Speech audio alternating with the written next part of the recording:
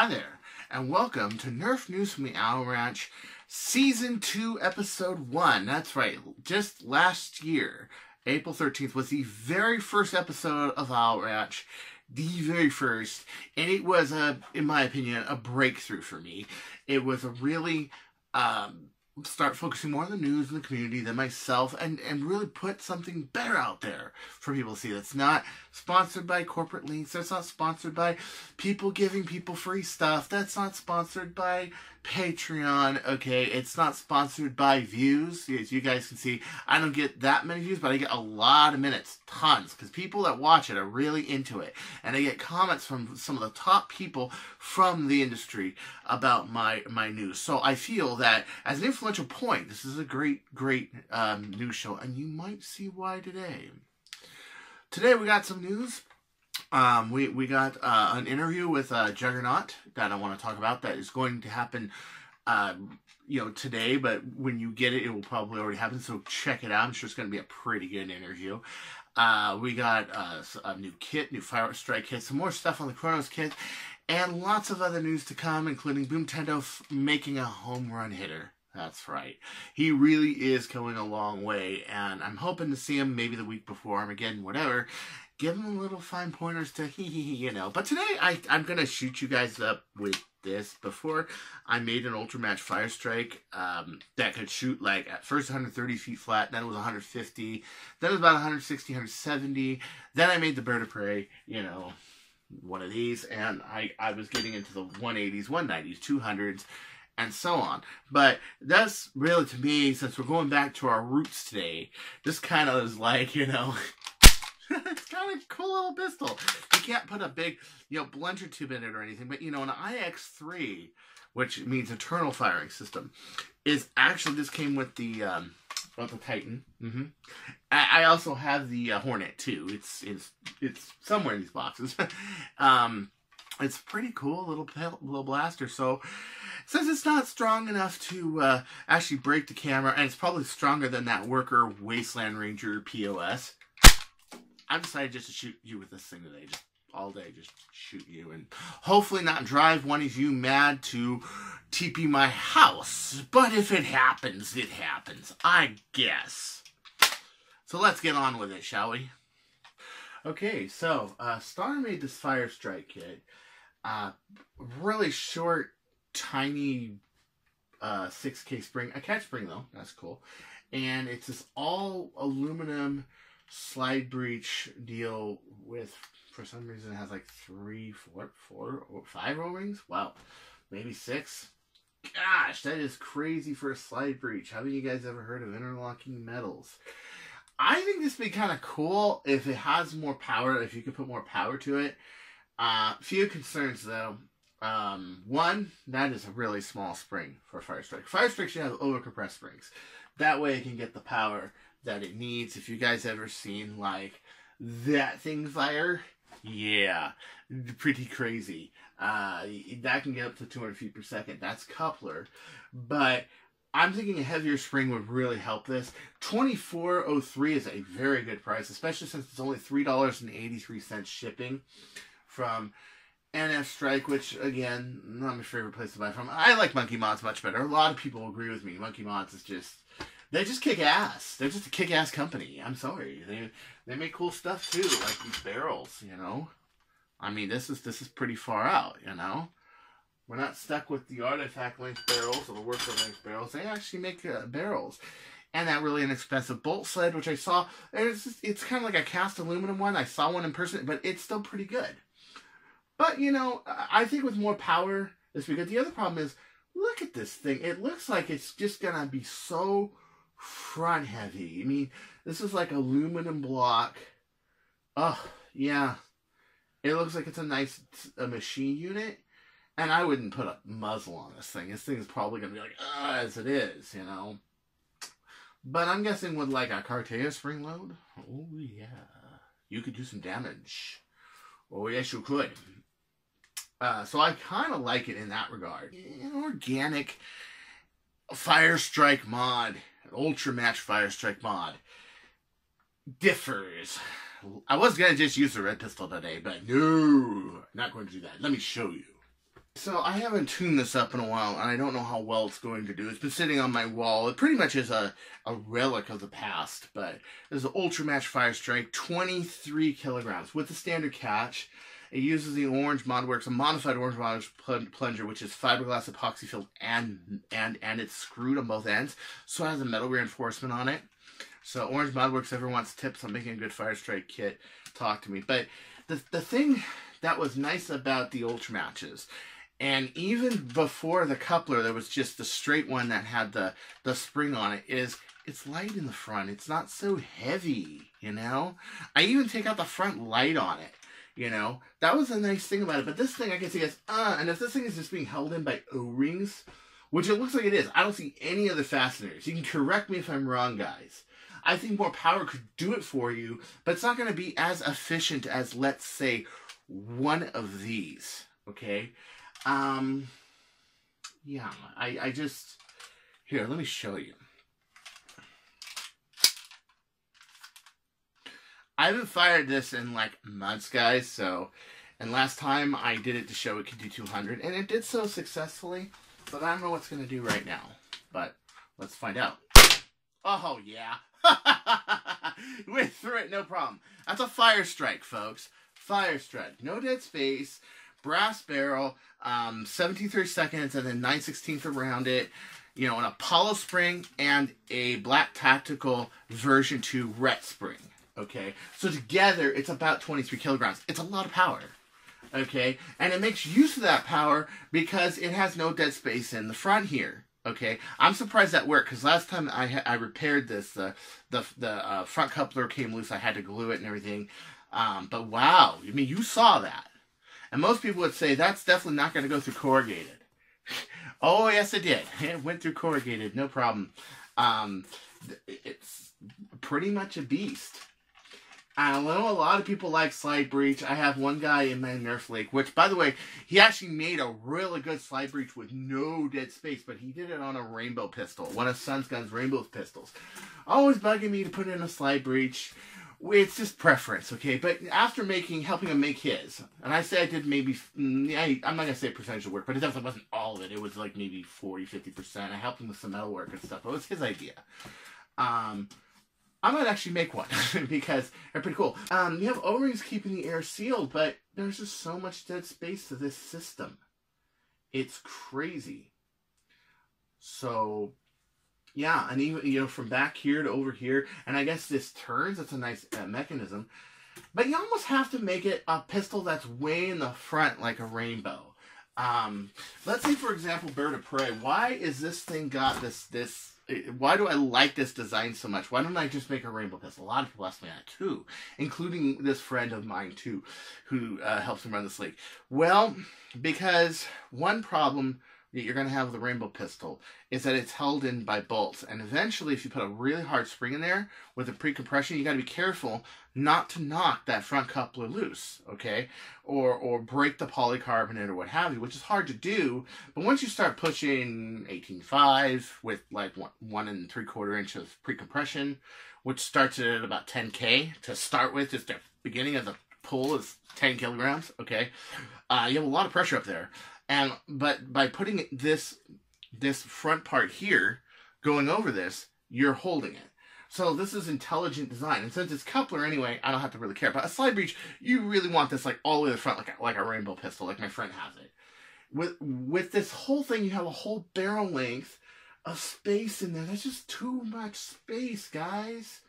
How are you supposed to get any power out of that? Consistency, accuracy. Oh, you know, it's like, it's a good idea, but, you know, really, back to the drawing board. And I actually would like to have one just to try it. But I really think with the small 28cc plunger tube of a Firestrike, they're small, it's not going to be a very good kit. I don't think it's going to get the kind of power. It's useful as a plinker around, a fun little plinker around, but it's not going to get you the kind of power that you're looking for, and that's my opinion. Hey there. So this is really interesting. We all have seen a lot of really nifty stuff about the Worker Hurricane lately, and you guys all remember that magazine adapter that was stolen from Thingiverse, put on work, and people like, oh no, it wasn't stolen, it's their product, blah, blah, blah. Well, my opinion is it's stolen, okay? Really. Okay. It's stolen. That's my opinion. I'll say it. Stolen. Well, this guy right here came up with a really interesting solution. A Raider mag adapter. Alan Glaswell used a Raider or Rampage mag adapter and put it on a Hurricane. This is interesting. How many of us have Raiders lying around? I have a Raider lying around. Who doesn't have a Raider lying around? Or a Rampage? Or something that you can actually throw like the dual cage system on here and put that on there. Yeah! And then also look how snug that looks with the 6-round mag. And how many of us have just 6-mag mags just sitting here on my display blaster even? I even have one sitting right here on my Hailfire. I never use because I'm not a flywheeler. Okay? It's sitting right there. Yeah. Look at that. So really, with he just filled the gap with 1.5mm plastic card, and just, dude, this is cool. Like, I love the ingenuity of this. Not even see, I like 3D print stuff, but I don't 3D print. I admire people who actually take what they have and don't 3D print anything and just do it. And Alan Glaswell did exactly that. He went and brought it. Just look at this. This is so rad. So you can just take these adapters, put them in. Oh man, that is just so rad. That is so cool. Wow. Boom is putting the word boom in Boomtendo for Armageddon. He is going to be a force to reckon with. I really believe that. Because this year he is going Slidebreech and Coupler and Boomco darts. Oh baby. His darts weighing about 1.6 grams a piece. Filled with Go-To glue. He found a way to accurately put Go-To glue in there. I helped discuss it with him. He was using a needle and I had too thin of an inlet. And even though he was cleaning with denaturized alcohol, he was having problems getting in there. Well, now he's using a bigger needle that can put Go-To glue all the way there to weight it properly. Because the new Boomco darts are a bit light, so he has to weight them just slightly. If he has to go down to like 1.3 or 1.4, I do that, but you'll put on a scale, just a little bit less Go-To, yeah. But, dude, he's using like 19 kilogram springs in these. He had another pistol that he was working on that he got about 150 feet flat with too, which remember, in my first Armageddon, I was only shooting about 150 to 170 feet per second. I wasn't shooting that fast, and I was up against people with 2Ks that were shooting 230. But because I had good darts, and because I had a good blaster system, I brought 4 blasters with me, which was the R-Spec, the Scaramanga, which was doing 170, the Bird of Prey, the first ever Bird of Prey ever built, which wasn't a long shot tube like this one is. It was just stock tube. And I brought an Ultramatch Firestrike, which was an earlier incarnation of this very blaster. It didn't have a coupler, and it was only doing, I think, 18K that day. Okay? I still did really good. Okay? So, it's not as much power as it is placement, and we could really see this shine. Now that we got a Boomco system that has caught up with seal breaches, and caught up with the power, and caught up with the dart making that Nerf, which has thousands of people working on, Boomco doesn't have that many people working on. And it could make for a very interesting Armageddon, which is June 29th, Staten Elementary, 9:30 a.m. Be there or I'm gonna laugh at you, okay? I will laugh at you. I mean, I may do so in good humor, but I'll laugh at you, nonetheless, okay? So, there you go. This is gonna be really, really cool and very interesting.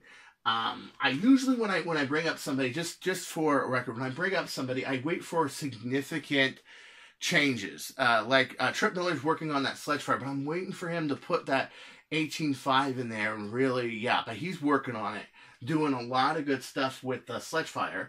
But I think that he's just waiting to get past that door. But this is a major door for Jethro Tull, who is also Boomtendo, who's just the nicest guy in the world. I've met him a few times. He's great. You know, he's really a cool guy. I like him a lot. Yeah, this is gonna, I really am proud of him. This is gonna really kick ass. And let me show you some other people I'm really proud of, because I really think this is a major breakthrough for broken nerfing. Major breakthrough from broken nerfing. And I'm hoping that more Nerf celebrities, who's more than me, who's nothing but like a B celebrity or C celebrity at most, okay, on YouTube. I'm not really that big. I'm not really all that famous compared to people like, oh, I don't know, Xavier. Dude, I had to share this. I had to share this because I'm hoping this is a trend to something great. Broke Nerfing, who does an interview series on Nerf modders and Nerf players, and Nerf personalities, YouTubers in general, is doing his next interview with Captain Xavier. That's right. This guy, he's a totally different style than me, and I dig that, because the way he's a totally different style than me is a complete kick-ass different style than me. And I love his play style. I love his Facebook forum, Crew Auxiliary. I think it's good for him. I think sometimes he tries to sound a little bit too much like a superhero at times, but that's just his personality. That's just his motif. You know, he's got his Juggernaut superhero kind of thing going on. Drac has his vampire thing going on. I have this mad sniper thing going on. I mean, we all have it. Beret has a beret sometimes, only sometimes, and sometimes he wears a beanie. But you know, we all have our thing, okay? But he really does good series like Can UK26 this? He did a complete Firestrike build, which I really like the fact he did a complete Firestrike build. And he went to Jeb 4 with that freaking Triad and Jolt vest. That was just like crazy. And I like how he is into holster integrations, kind of like I'm in the holster integrations, where I feel that having a handy backup blaster is extremely important, because it is. And you can see he's just balls to the walls Juggernaut. I mean, even my friend Alex, one of my friends, actually like, hey Chris, have you heard of this guy with this, with the Nerf minigun? Oh yeah, I played Stalking Dead. He was on red team. I was on yellow team. As a matter of fact, that's him. That's him right there, right, that top one right there. That's him. Yeah. And, I even hear about it from people outside of Nerf. I hear about this guy. So this ought to be a really good interview. I'm going to try to finish up Owl Ranch early to be live on this. I may hit it, I may not. I know I'm not going to get Owl Ranch done before the interview, because this is being made on Friday afternoon and going out Saturday. But it ought to be really interesting, really a good interview. And I really hope that more people take on Broke Nerfing in the interview series and take him up on that, because there's a lot of things that Nerfers would like to know about Nerf personalities, about people like, Boomtendo, Beret, me, Xavier, would like to know. So there's a lot of other really great Nerfers, and I encourage you to sign up, man. Totally. Ezekiel is working on his Chrono Mag kit. He's waiting for parts to launch the kit. I've mentioned him on Owl Ranch before. He has been working very hard on this Chrono Mag kit, and really trying to fix a lot of elements that were in the Star kit that, well, were underwhelming. I mean, a metal kit is not underwhelming in durability, but in performance, air throughput, things like that. He's got a 10mm dump on there. I've given him some advice. I think some other people have given him advice too. And he's really listened to, like, the creators of the Chrono Mag, of people who work with it, to make a better kit, a better breech kit, and a mag well. Not just pretty things or nice things, but also things that work with standard things. Let's say Monkey Mod barrels. Monkey Mod barrels, work with the Monkey Mod barrels that work with the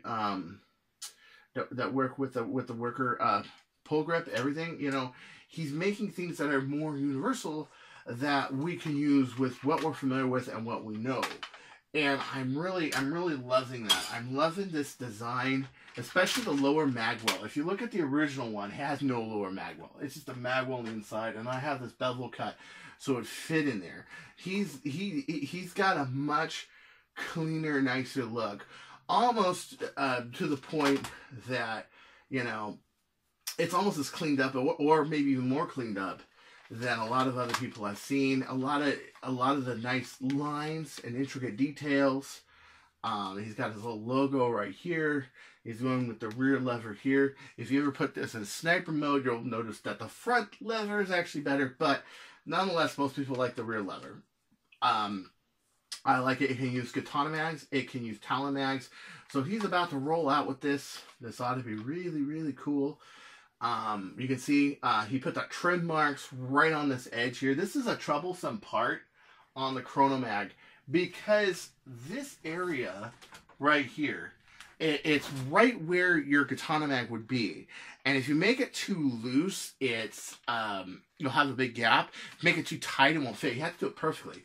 What he did is he made it so you can cut this off, and if you miss it by a little bit, it doesn't matter because this overhangs to make up for any missed trimming. These are really hard to trim. I did a commission of one, and here's one right here, and I went too far on this, like just slightly too far, and I didn't like how it looked at all.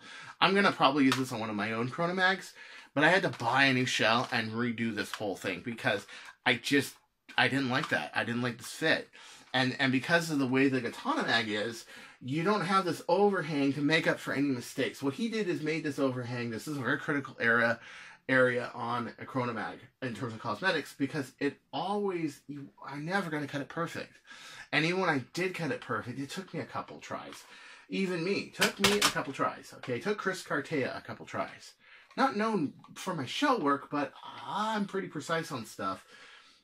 And yeah, this solves this problem. So I like this a lot.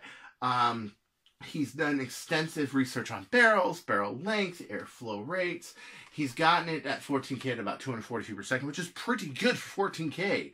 For a K26, that is, well, you know, K26 or Artifact, but even for an Artifact spring, that's really good. I think Bradley Phillips, without the magazine, which, of course, magazine always complicates things, okay? I think he got up to 220, 230 with his Chrono Fire, and it's interlocking brass, and that's as precise as you can get. And he's actually taking that step further, got up to about 240. That's impressive. That's really impressive. And again, made you look.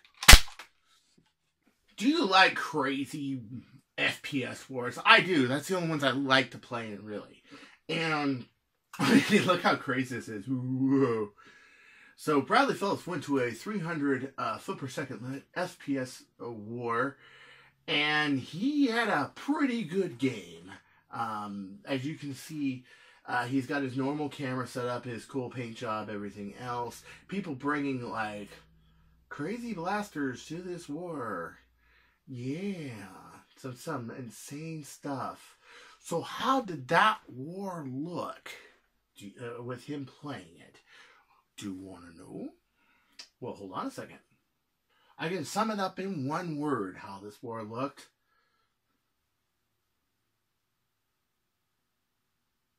Whammy! Whammy! A little dodging there from Mr. Matrix over there. Oh, yeah, move around. Whammy! Whammy! Whammy! Whammy! Well, Mr. Matrix again. Whammy! Right in the pack. Whammy! Whammy! Whammy! Look at this. These nuts! Oh, wow! Whammy! Yeah, don't mess with the snipers. Basically, in this game, he got 21 kills. Oh, whammy! Right off the blaster. 21 kills. And no tags on him whatsoever, because nobody can get the hell close to him. Ha ha ha! Wow, don't these guys know to look, to run for cover? dude, look at these guys in the open. No wonder he got 21 kills. But nonetheless, and then he's also got this new trick right here. We're on his camera. He's got the indicator of from a fixed point how far a player is. So 100 feet's way up here, 250's way down here, and that's about the range of a 300 or so foot per second long shot, or Zeus, as we in the industry call them. I like the Zeus myself, simply because it's not as chunky as a long shot. I like the pump grip, even though a lot of people say it's small. I like it. And I like the fact that this rail is solid. It makes for a solid aim reference. And if you put spacers on your barrel, it will do really well. Whammy! Yeah, so I'm just going to call Whammy. So I'm just going to call Bradley Fellows Mr. Whammy from now on. One of my really good friends. One of the people I really like to talk to a lot. And you know, on the boards and this and that. And we may agree or disagree with stuff. I may, razz Jet Blasters a bit. But you know what? It's all in good fun, really. So, at any rate, whammy! Got you again. All right. Well, hey, we've seen a lot of cool stuff with the Hurricane. I think it's an ugly pistol. I've always said it was an ugly-ass pistol. But I'm very, very surprised with what it can do, especially with a dual cage, everything else. They use, you're using 800 milliamp lipos with like 75 and 150 C and things like that to really do what they want. So it shows that if people really want it, they will go after it. And here we have Colin Wood, who came up with ideas very similar to what, and I know this because I chat with him online, what Wacom came up with kind of the same idea with the one hole that loads them on this top over here, but he came up with, I think, one better. He came up with the thumb. See, this can rotate by your thumb because instead of being a circle, it actually has a little detent right there. You see that? Ah, yeah. And then it has 5 openings where you can load up all 5. So with one hand you can go like this. The other hand you can load your darts. It's much more of a natural feeling, like, when you have like a K-frame or an L-frame or an N-frame, you get your frame release, you drop your cylinder 1, 2, 3, 4, 5, 6, and don't slam it closed. That crane is hardened steel. You'll break them. I've seen so many people break cranes on a 44. At least 6 people do it. It's not even fun. And a couple times I was actually on the range where I saw the cylinder just be fired and it flies right out because he broke the crane. And a couple times I've seen like cracked and fractured frames where it happens. So anyway, that's irrelevant. The irrelevant point is that that's a natural action for a person with a revolver. To be able to do that and then 1, 2, 3, 4, 5. What I would like to see is like something like that you plug in, automatically advances it, and then you just speed load it, and you pull this little thing, it pushes your darts in like that. So could you imagine something like that for Hurricane, that you have like 5 darts on, or 6, you plug it in, and it automatically just shoot, puts it in there, advances your darts, you pull that out, you load that in to load 5 or 6 more darts in, and yeah, I mean, I think that, because it's rear loaded on top like that, it has disadvantages with the magazine. You can't put a big magazine on there. But there are other advantages. We've just seen a couple of rear loaded mods. We got Wacom did a rear loading mod. Colin Wood on Nerf Mods Welcome, as you just saw, did a rear loading mod. And I think that we have not seen the last of Hurricane. I just wish it wasn't so ugly. I wish they had done a better job designing aesthetically. And I say that even more now that I've seen its approved design. Not less, more. Why? Because it really deserved it. It did. A blaster like that can be taken that far really deserves to be taken seriously. But it's like a movie studio that makes movies. They have hits, they have misses. We all saw the Wasteland Ranger, that's a miss. The Dominator, okay. Swordfish was pretty successful. Prophecy was successful, but you see, every company's got these hits and these misses. It's just the way it is, but I really do wish that they had done a little better. And I know they made their tooling now. They can't exactly just go change their tooling, make it look better. But Blaster's, doing pretty solid. Much more than I thought it would do. But that's because the people want it and give it attention. Same with Boomco, same with obscure pistols like a Starshot, if you want, if someone's interested and goes for it, they'll go for it. The Chrono Mag, same thing. Before it was popular, nobody tried to Stefan mod other than me. Why? I wanted it. I had a Mauser fire. I had the firing system. I could see that I could just adopt that on a Chronos and get more power out of it, you know. But you really have to push for that, and you have to push the creativity. Kind of like Disney buying out Star Wars rather than making their own franchise. There's a difference between somebody who buys a franchise and someone who creates one. So this week we saw the Jet Alpha kit finally out. I'm sure that they were motivated to bring it out a little earlier, since again, necessity defined the need, and AK Blaster Mods made that kit that they did. And very soon after that we saw this. That's right. So this is the new Alpha kit. It's all polycarbonate except for the barrel, which they're using a tiny 155mm barrel. Tiny. My only guess is that they hope that the zero goes on there and makes it so it doesn't stick out of the CETA. But, you know, honestly, who gives a shit? Come on. You know, do something. That's a tiny little barrel. Okay, that is tiny. I think the Firestrike barrel, my Firestrike barrel is actually bigger than that thing. You know what? What is that? 5 1/4? 5 1/4? Yeah, it's close. It's close. Either it's the same size or slightly bigger. Yeah. But at any rate, you know, you're gonna push 5 inches with what is that? 58 cc's of air? What? You know what I'm saying? So definitely want to get a longer aftermarket barrel for this thing. Monkey Mod sells some jet barrels, which is pretty cool. I've heard other things too, that you try to use, like, let's say a RoboMan. So I wish you only made like 25 of them. I know, but it doesn't prime all the way back. And this actually is, I think, your normal retaliator length, where Worker gives you a few more millimeters to give you more pushback. As you know, on a retaliator, one of the big problems is the pushback. Okay, which if they let competent people design the CETA, it would have been I would have been able to do that. Yeah, that's right.